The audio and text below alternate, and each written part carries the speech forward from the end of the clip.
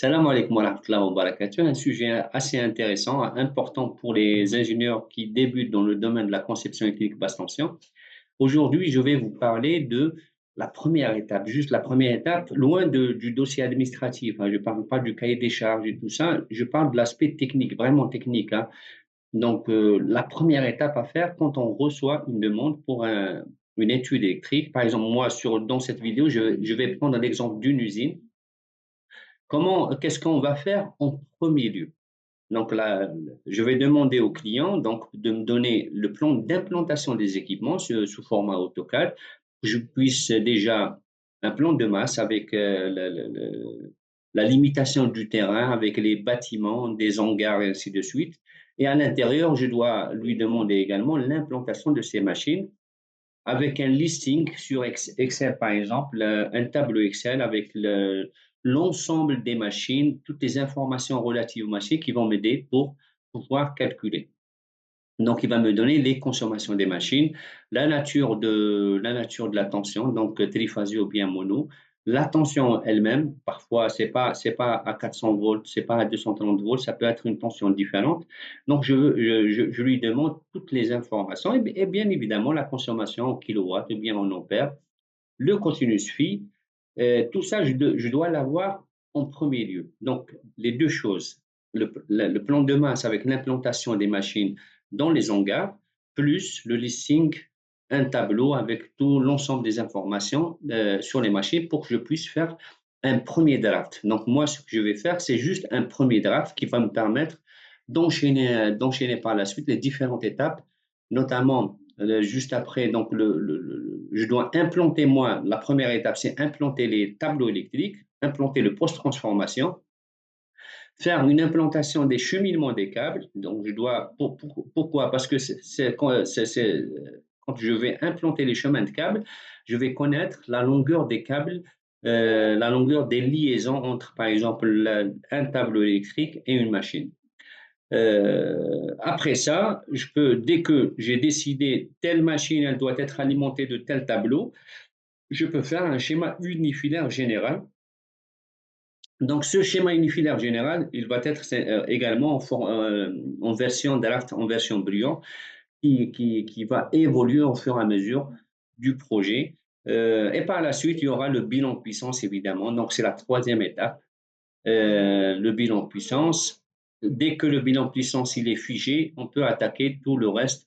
Donc, le calcul des sections des câbles, le calcul des sections des câbles et le choix des protections, il se fait en même temps. Donc, ensemble, calcul des colonnes de court-circuit, les chutes de tension, ainsi de suite. Et, bon, on va pas normalement, maintenant, on ne le fait pas à calculer à la main, on le fait sur un logiciel de calcul, notamment exemple Caneco BT ou bien d'autres logiciels disponibles.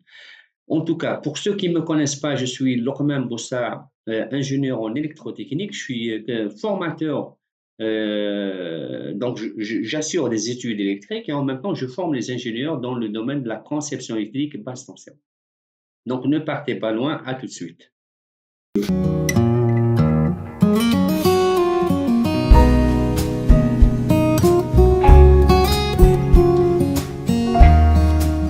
Et avant ça, permettez-moi tout d'abord de vous montrer un truc. Les étapes en quelque sorte, les étapes pour faire une étude électrique. D'accord? Euh, En tout cas, cette formation, normalement, c'est juste la note de calcul Caneco-BT, hein. Donc, mais bon, il n'y a pas de problème, on parle un petit peu de comment démarrer un projet. Donc, ce que je voulais dire, c'est que normalement, quand on commence un projet d'électricité, bon, d'une manière générale, moi, je parle d'industrie, hein, c'est pas de l'habitat. L'habitat, c'est des petits projets. Normalement, il n'y a pas de calcul, hein. Dans l'habitat, tout est figé. Donc, il faut prendre le schéma unifilaire tel qu'il est recommandé par la NFC 1500 et le réaliser directement. Donc, il y a pas de calcul de section de câble, il n'y a pas de choix de protection. Parce que tout est figé par la NFC 1500 pour l'habitat. Mais bon, celui qui veut le faire, ce qu'on va apprendre maintenant dans cette formation, on peut l'appliquer dans l'habitat. Et notamment pour le bilan puissant, je vais vous montrer quelques particularités de l'habitat. Donc, un projet d'électricité, comment il commence? Bon, il y a des étapes, hein, il y a des étapes. Moi, je parle pas du contrat et tout ça, le cahier des charges et ainsi de suite. On va parler juste de la partie technique. Donc, je vais partager ma tablette pour faire un petit schéma, un croquis en quelque sorte, de ce qu'on va recevoir. La première des choses à faire déjà pour un ingénieur d'études, quand il reçoit une demande d'études. D'accord? Donc, je vais démarrer juste, je fais le partage de ma tablette. Bon, on prend l'exemple d'une usine, hein. Donc, admettons qu'on a une usine. Généralement, personnellement, comment je reçois les plans? Donc, ils vont m'envoyer des plans AutoCAD, bien sûr, la liste des équipements avec toute leur consommation. Mais où je vais démarrer, ça va être le plan AutoCAD parce qu'il s'agit d'implantation. Donc, je vais bien analyser leur plan AutoCAD. Donc, je vais dessiner un plan de masse. Par exemple, ils vont nous envoyer un terrain comme ça. Je vais dessiner un terrain avec, par exemple, il faut que le terrain, sur le terrain, il faut que la route mitoyenne doit bien être spécifiée par rapport à l'emplacement de l'usine. On va dire, par exemple, que ici, il y a l'accès, par exemple, de l'usine, d'accord? Ici, c'est le portail, hein. Et là, ils vont nous donner, par exemple, le bloc administration, ADM, par exemple. Et on va dire qu'on a, par exemple, ici, un premier hangar. On a un second hangar qui est là, avec plein de machines dedans, et un troisième hangar qui est comme ça. Il y a toute cette zone de circulation des véhicules, et ainsi de suite. Quand on reçoit, avec, bien sûr, hein, je leur demande de me dessiner ou bien m'implanter les machines. Par exemple, ici, il y aura une machine, une autre machine là, d'accord? Des lignes de production, une machine comme ça, une autre machine ici, une grosse machine là, et ainsi de suite. Donc, il y a plein de machines avec des implantations. Je leur demande bien évidemment de me donner le nom de chaque machine. Donc, par exemple, celle-là, par exemple, bon, avant ça, hein, la même chose ici, hein, la même chose ici, avec plein de machines, des chaînes de production. Donc, mon rôle à moi, ça va être de faire la distribution électrique, d'alimenter ces machines. Donc, je leur demande déjà, s'ils ne l'ont pas fait, je le fais. Donc, je vais nommer les blocs. Donc, le premier hangar, on va le nommer bloc A, par exemple, ou bien l'hangar A. Ça va être l'hangar B.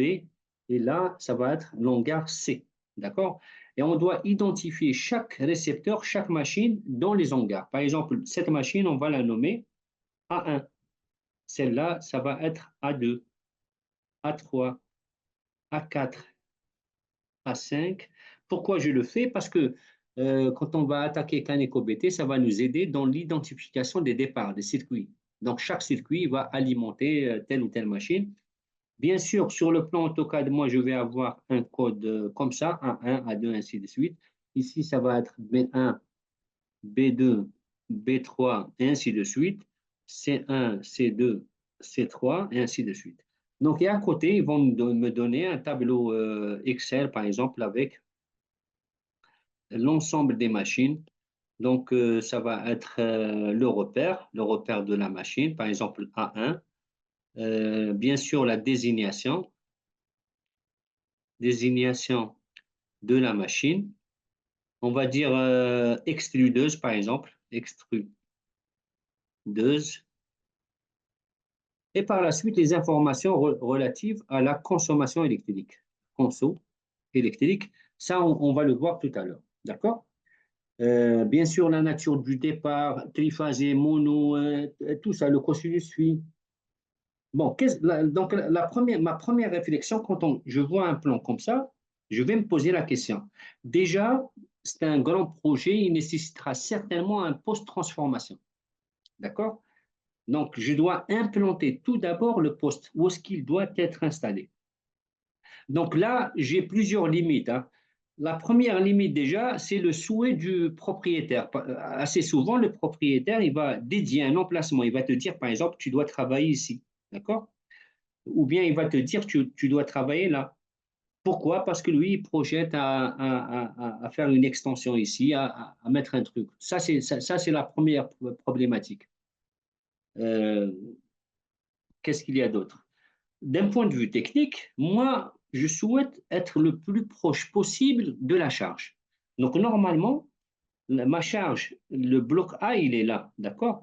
Donc, il y a des machines avec des consommations importantes. Admettons que moi, j'ai identifié que la machine A2, c'est celle qui consomme le plus. Et le bloc A, c'est lui qui consomme le plus de puissance. Donc, systématiquement, je dois placer mon post-transfo dans cette zone pour que je sois le plus proche possible de la charge la plus importante. Si c'était le bloc C qui consomme le plus, donc je vais opter pour une position ici. D'accord? Donc, on va dire, par exemple, qu'on a identifié que la machine A2, c'est celle qui consomme le plus. Le bloc A, c'est lui qui consomme le plus. Donc, systématiquement, je dois installer mon poste transformation quelque part sur ce mur-là. Pourquoi sur le mur? Je ne sais pas. Ça, c'est les exigences du fournisseur d'énergie, hein. Nous, en Algérie, le fournisseur de l'énergie, notamment la Sonalgaz, elle exige toujours que le post-transformation doit avoir une porte qui mène directement à l'extérieur. Pourquoi? Pour que les agents de comptage ils viennent directement rentrer de l'extérieur vers le poste. Donc, ils ne veulent pas pénétrer dans la propriété et par la suite aller au poste. Donc, ils doivent avoir un accès direct. Donc, je ne peux pas installer, par exemple, un poste ici. Parce que là, pour qu'ils puissent accéder au poste, ils doivent traverser toute la propriété pour arriver au poste. Donc, je suis obligé de le mettre sur les murs extérieurs et généralement par rapport à la route. Pourquoi par rapport à la route? Parce que la distribution publique, enfin la distribution haute tension, les câbles haute tension, généralement, et ça vous allez le retrouver dans n'importe quel pays, hein. Généralement, les câbles, ils sont de ce côté-là. Ils vont traverser la route. Quand ils sont en souterrain, sinon, ça va être une ligne aérienne également, ça va être ici. Donc, je vais réduire le coût de la liaison haute tension vers mon poste quand je vais le placer mitoyen au mur. D'accord? Admettons que le propriétaire a accepté, moi, je vais l'installer ici. Je vais effacer un petit peu parce que c'est un petit peu petit. Donc, on va dire qu'on a notre propriété là comme ça. Donc, je vais installer mon poste ici. Très bien. Dans le poste, qu'est-ce que je vais installer? Donc, il y aura un transformateur. Pour le moment, je ne connais pas sa puissance parce que je n'ai pas encore calculé. Mais je dois passer par là, hein. Je dois passer par là. Donc, on va dire qu'il y aura un transformateur. Voilà son symbole. Je ne vais pas m'occuper de la partie haute tension. Je m'occupe de la partie BT. Donc, à la sortie, et je dois le faire à l'intérieur du poste, il faudrait toujours qu'il y ait dans le poste le premier organe de coupure basse tension. Donc, je dois l'installer ici. Donc, quelque part ici, je vais installer un tableau. Voilà. Le tableau qui est là, nous en Algérie, ce tableau, on l'appelle la CLPG. Donc, la Sonalgaz l'appelle CLPG, ce tableau qui est là. CLPG. Donc, c'est la cellule de protection générale. Généralement, dedans, on va installer seulement un seul disjoncteur. Mais ce n'est pas interdit de faire plus, hein. Mais en tout cas, généralement, on le fait comme ça. Dans la NFC 1500, ce premier tableau, il s'appelle la TGPT, tableau général basse tension. La nomination, ce n'est pas une obligation vraiment, hein. Donc, on peut modifier les noms, il n'y a pas de problème, hein. Sauf faut bien maîtriser le schéma. Donc, à partir du transfo, on va sortir vers la protection, la première protection. Et à partir de la première protection, on va sortir vers un tableau général dans lequel il y aura plein de disjoncteurs. Il faudrait chercher un emplacement pour ce tableau. Moi, j'ai installé mon poste transformateur ici, donc systématiquement, je vais chercher dans le bloc A, d'accord, un emplacement où je vais créer une salle électrique. On va dire qu'on va créer notre salle électrique ici, d'accord? dans laquelle on va installer un tableau général basse tension. On va le nommer, celui-là, la TGBT. Ou bien on va le nommer comme vous le souhaitez, hein. Maintenant, qu'est-ce qu'il me reste à faire? Donc, tout ce travail, vous devez le faire au départ.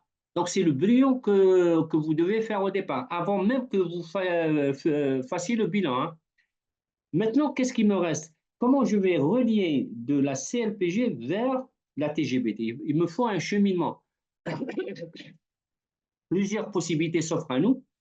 Donc, la première possibilité, c'est de créer, si jamais la distance n'est pas importante, hein, il ne faut pas qu'elle soit importante. Sinon, je serai obligé de faire une structure métallique pour porter un chemin de câble. Donc, je vais installer un chemin de câble. Par exemple, on va le faire comme ça. Ce chemin de câble, il faut lui créer une structure, là, une structure carrément avec des poteaux. Donc, si je fais une coupe face avant, par exemple, ça va être des poteaux comme ça, avec carrément une structure charpente métallique et sur laquelle on va installer notre chemin de câble comme ça. D'accord? C'est normal. Oui, Euh, Comment dirais-je, qu'est-ce qui définit la nature du cheminement à choisir, le type de cheminement à choisir entre le local de transport et la TGVT? Est-ce qu'on va passer en intérêt, aérien, galerie? justement, tous les choix s'offrent à nous. Donc, c'est une question de choix. C'est un choix technique qu'on doit justifier par rapport au client, par rapport au bureau de contrôle et ainsi de suite. Mais tous les choix nous sont possibles, hein. Donc, je peux installer un chemin de câble si je peux le faire. Sinon, je peux faire un caniveau carrément. Un caniveau, vous savez, donc le caniveau, ça va être une structure en béton comme ça, avec une dalle qui va le fermer en haut et les câbles ils vont se loger à l'intérieur de cette manière. D'accord? Ça, c'est un caniveau. Sinon, je peux le faire en enterré. L'enterré, ça va être, je vais creuser par exemple 80 cm généralement, d'accord? Sous terre. Je vais mettre un lit de sable, on va dire 20 cm ou bien 30, ça dépend. Je vais placer mes câbles. Il y aura du gravat. Je vais placer mes câbles. Je rajoute du sable.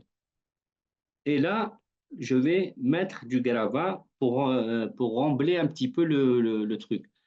Cette tranchée, je peux la faire sauf si jamais il n'y a aucun engin qui va passer. Par contre, s'il y a un engin qui va passer par cette route-là, je dois protéger mes câbles. Donc, je dois rajouter une protection mécanique. La première protection mécanique, c'est de mettre mes câbles dans des fourreaux. Donc, il y aura des fourreaux comme ça, d'accord? Des fourreaux, que ce soit des buses en béton, que ce soit des fourreaux avec une dalle de béton en dessus, et on appelle ça la traversée de route. Donc, je dois mettre une traversée de route de manière à ce que mes câbles soient complètement protégés. Donc, en tout cas, les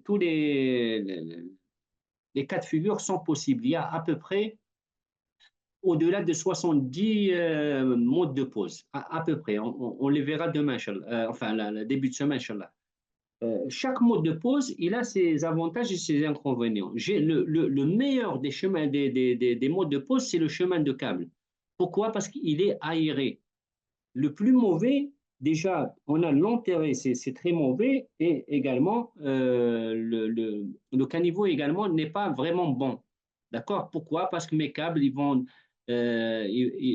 être soumis justement à la chaleur qui est générée par tous les câbles qui sont dans le caniveau. Donc, la température de l'environnement, elle va augmenter systématiquement. Moi, pour que mes câbles soient protégés, je dois surdimensionner un petit peu les câbles. D'accord? Tout ça, on le verra, Inch'Allah, le lundi, hein. D'accord, mes amis? Donc, tous les modes de pose sont possibles. Maintenant, que ce soit j'ai fait un caniveau, ou bien un chemin de câble, ou bien une tranchée, c'est bon, j'ai décidé que je vais prendre ce chemin. Donc, mon câble à moi, et là, à l'intérieur, bien sûr, à l'intérieur, il y aura des cheminements. Donc, il y aura des chemins de câbles comme ça, au mur, par exemple, posés à 3 mètres, ou bien à 2 mètres et demi, ou bien à 4 mètres. Donc, dans ce cas-là, je peux tirer mon câble tranquillement et ça va être un câble à partir du disjoncteur vers ma TGBT. Bien sûr, la TGBT, il y aura le disjoncteur principal. D'accord? Bon, pour la mise à la terre du neutre transfo, la mise à la terre du neutre transfo, elle est comprise avec le projet transfo. Donc, ça sera quelque part ici, hein. Donc, ça va être quelque part ici ou bien là, ça dépend le projet. Si je suis en schéma TT, déjà, autour, autour de ma, autour de ma TGBT, il faudrait déjà installer une prise de terre. C'est la prise de terre des masses. On va dire, par exemple, si j'installe ma prise de terre des masses ici, d'accord? Donc, je vais brancher quelque part ici une barre, une barre. Donc, je vous montre un petit peu. Si l'armoire, par exemple, elle est comme ça, d'accord? Normalement, moi, la prise de terre, je ne l'installe pas directement. Donc, je viens derrière l'armoire. Donc là, on a le disjoncteur général et tous les disjoncteurs. Quelque part en bas, je vais placer une barre perforée que je vais nommer PE, d'accord? Et derrière au mur, par exemple au mur derrière, je vais installer une barre collectrice de terre. Cette barre, elle va collecter toutes les terres. Et sur cette barre-là, je vais câbler la prise de terre, hein. La prise de terre sera câblée, connectée ici. Donc, moi, C'est là, une barre, oui, c'est la barre d'équipotentialité. c'est, La barre d'équipotentialité. ça peut jouer ce rôle, mais moi, je le fais pour c'est une barre de collection de terre. Donc, je vais collecter tous les éléments que je dois mettre à la terre dans l'usine. Je vais te montrer. Et également, ça peut jouer une barre ça peut jouer le rôle également d'équipotentialité, hein. Donc, moi, je vais tirer un câble à partir de là, hop, vers cette terre. Et à partir de cette terre, chaque départ, par exemple, chaque départ avec ces trois phases et neutre, je vais tirer à partir de cette terre un câble PE directement. Pourquoi? Parce que je dois maîtriser toujours mon réseau de terre. D'accord, mes amis? Donc, je reviens. Donc, admettons que ma barre collectrice, je l'ai mis quelque part. Donc, je vais les dessiner à peu près. Elle est là, par exemple. Là. Donc, ma barre, ma terre, je vais la connecter ici. Et à partir de là, je vais tirer un câble vers la terre générale de la TGBT. Mais j'ai des éléments, d'autres éléments que je dois mettre à la terre. Par exemple, j'ai le chemin de câble. Le chemin de câble, lui aussi, je dois le mettre. Par exemple, j'ai des chemins de câble comme ça. Je Monsieur, dessine. monsieur, Oui, entre le piquet et la barre qui collecte les terres, il existe le coteau de terre afin de mesurer la terre en cas de oui, procéder à des oui, mesures. oui, oui, la barrette de coupure, oui, bien sûr. Voilà. Donc là, j'ai mis un chemin de câble. Lui aussi, je dois le connecter à la terre. Donc, je prends à partir de la barre collectrice, hop, un câble pour connecter le chemin de câble. Le chemin de câble. Pour votre information, le câble de terre du chemin de câble doit cheminer tout le long du chemin de câble, hein, tout le long. J'essaie de ne pas le couper, d'accord? J'essaie de ne pas le couper. Les tronçons de chemin de câble, généralement, c'est de 3 mètres. Donc, je dois faire une connexion à chaque 3 mètres. Par exemple, ici, une connexion. Chaque 3 mètres, une connexion. Pourquoi? Pour assurer une bonne prise de terre du chemin de câble. Et si jamais on a, par exemple, on a un défaut d'isolement sur un câble, très rapidement, il y aura le déclenchement du différentiel ou bien le déclenchement dans le cas du schéma TT ou bien le déclenchement du magnétique dans le cas du schéma TN. Autre chose également, ce câble de terre qui doit cheminer avec il va les protéger contre les champs électromagnétiques qui entourent, parce que vous savez, l'environnement électrique, il est plein, il y a plein de champs électromagnétiques.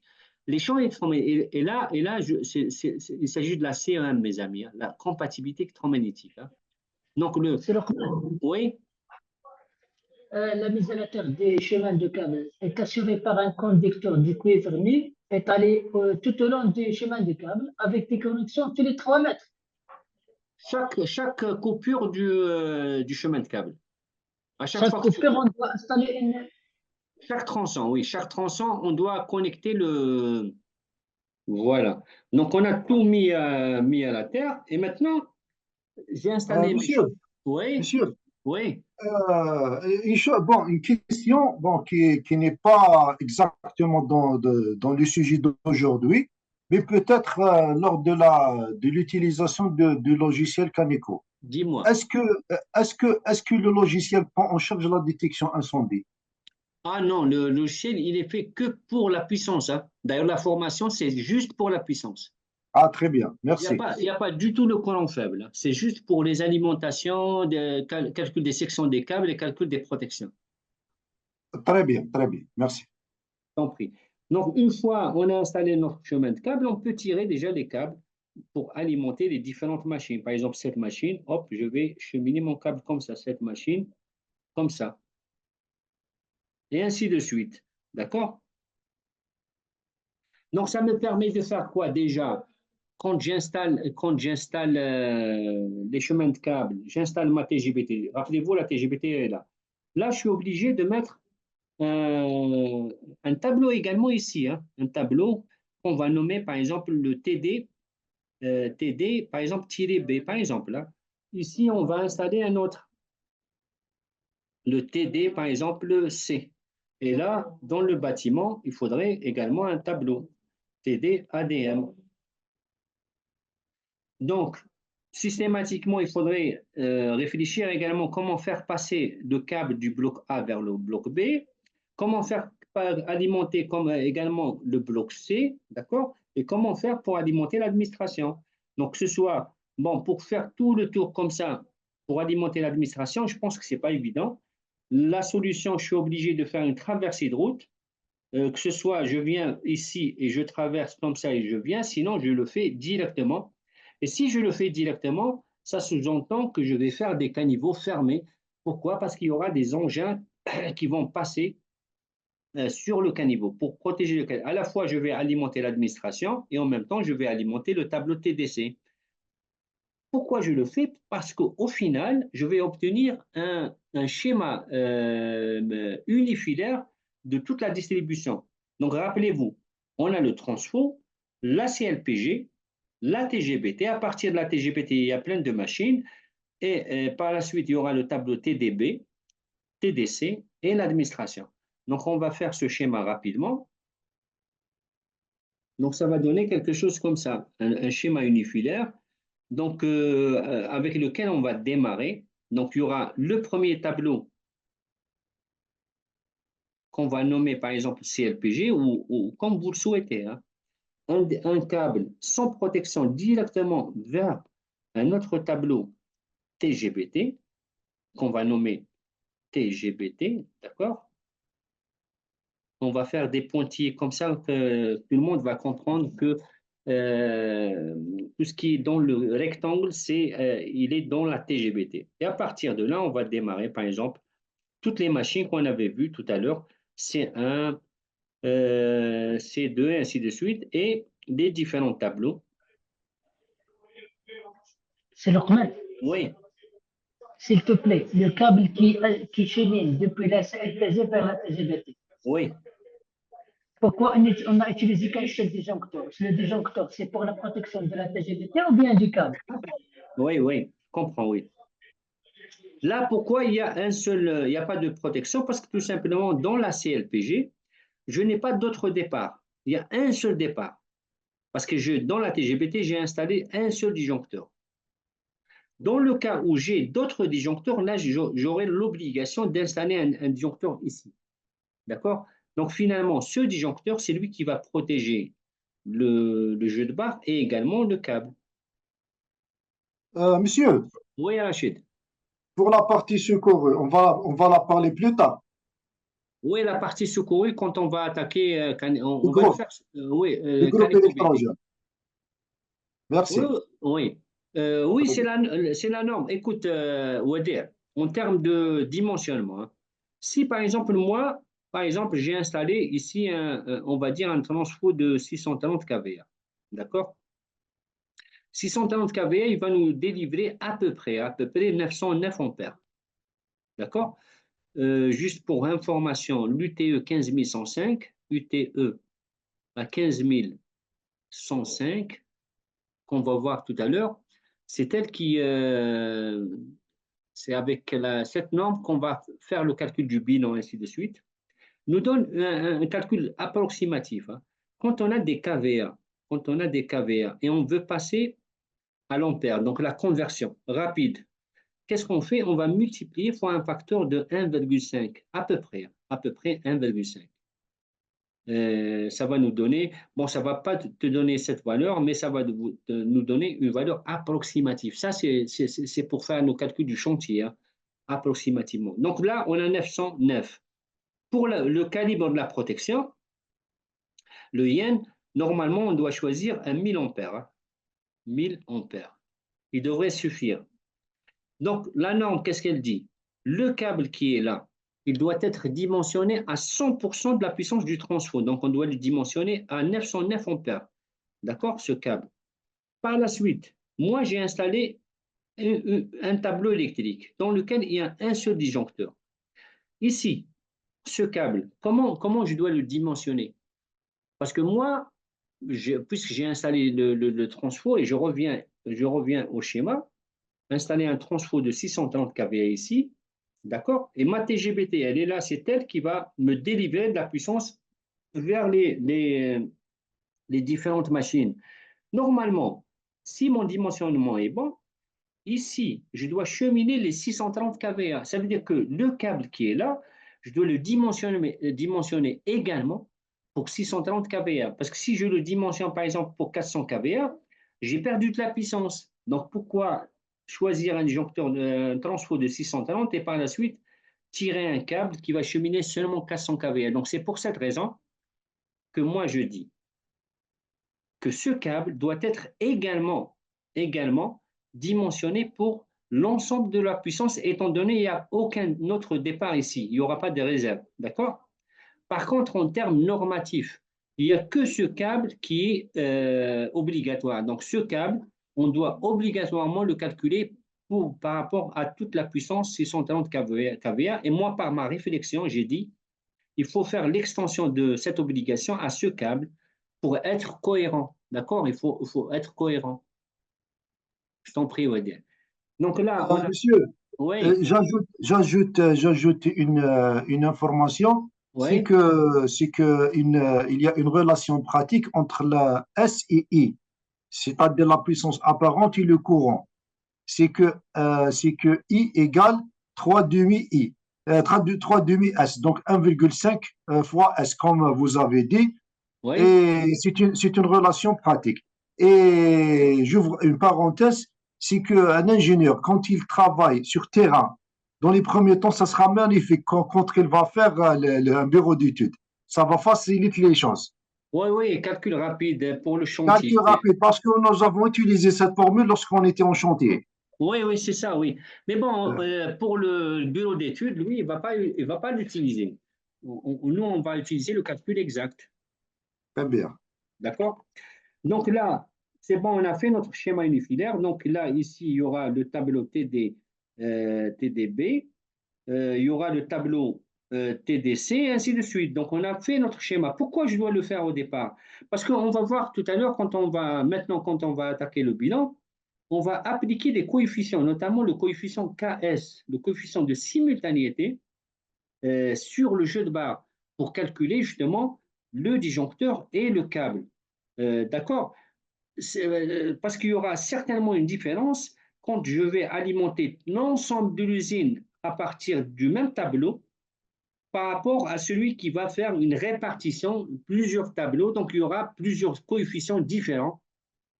Et au final, si moi, par exemple, je décide de faire ce schéma tel que je l'ai fait maintenant, et quelqu'un d'autre prend le même projet avec les mêmes puissances, et il va faire, par exemple, au lieu de faire des tableaux TD, il va prendre tous les départs à partir de la TGBT, d'un seul tableau. Donc, son calcul va lui donner des résultats plus ou moins différents que les miens. D'accord? Donc, la première des choses à faire, mes amis, quand vous recevez une étude, il faut établir votre schéma unifilaire, le premier. Mais on le fait. Ah oui, c'est ça, et c'est exactement ça, Wadir. Donc, la première étape pour revenir à ça, oh, désolé, j'ai un petit bug, j'essaie de bouger le. J'arrive pas à le faire bouger. Voilà. Donc, la première étape, c'est d'établir l'implantation. Ça va être en Brouillon Draft, d'accord? Ça va une version. Ça peut changer, hein. Donc, on commence par ça. On le fait valider par le client. Par la suite, on passe directement au schéma unifilaire, également en version draft, en version Brouillon, d'accord? On le fait valider également par le client. Et s'il est validé, on va passer au calcul du bilan. Parce que le bilan, c'est la première étape pour calculer les sections du câble et le choix des protections. Maintenant, je reviens à ma présentation. Ah, d'accord, vous tirez tous les départs de la TGBT. Donc, ça dépend. Donc, chacun a sa manière de travailler. Donc, moi, généralement, j'essaie de faire des zones. Par exemple, là, pourquoi? Pour maîtriser mieux les installations électriques. Je préfère installer un tableau ici, un tableau par bloc. J'aime pas faire, par exemple, les machines qui sont là, je ne vais pas tirer un câble directement de la TGBT. Je préfère alimenter un tableau ici, et à partir du tableau, je vais alimenter les différentes machines. La même chose ici, hein. Donc, moi, je préfère ça, hein. Ça, c'est les règles de l'art en quelque sorte. Ce n'est pas une Pourquoi vous obligation. faites ça, Norman? Oui, Pourquoi vous faites ça? Quel est l'avantage de cette variante par rapport à la première variante? l'avantage déjà en termes d'exploitation, donc en termes de continuité service, donc je peux confier, par exemple, si j'ai un problème ici dans ce bloc, je peux couper le disjoncteur général qui est là. D'accord? Je ne suis pas obligé de couper le disjoncteur général de la TGBT. Même en termes de sélectivité, tout à l'heure on va le voir, sélectivité des protections. Si j'ai un problème, par exemple, de court-circuit au niveau du B1, si jamais le disjoncteur du B1 qui est là, qui est dans ce tableau, ne coupe pas, j'aurai le disjoncteur général du tableau TDB qui va couper. Dans ce cas, je vais perdre seulement le bloc B. Par contre, si je ne mets pas le tableau TDB, j'alimente directement de la TGBT. Il se pourrait, pour une raison ou une autre, que le disjoncteur du B1 qui est là, dans la TGBT, lui, il ne va pas couper le courant de court-circuit. Qui est-ce qui va couper? C'est le disjoncteur général. Et dans ce cas, on va avoir le blackout total de l'usine. Même en termes d'extension, si je veux faire des extensions ici, je coupe par exemple le disjoncteur général du tableau TDB au lieu de couper celui de la TGBT. Donc, il y a plein d'avantages, hein. Toujours, il faut quand on fait de la technique, hein, on fait de la technique, pas seulement dans le domaine électrique, hein, il faut raisonner en module. Par exemple, là, on a un module. Là, il faut raisonner en module. Il ne faut pas tout mettre à la fois dans le même espace. Sinon, ça va nous provoquer des dégâts par la suite.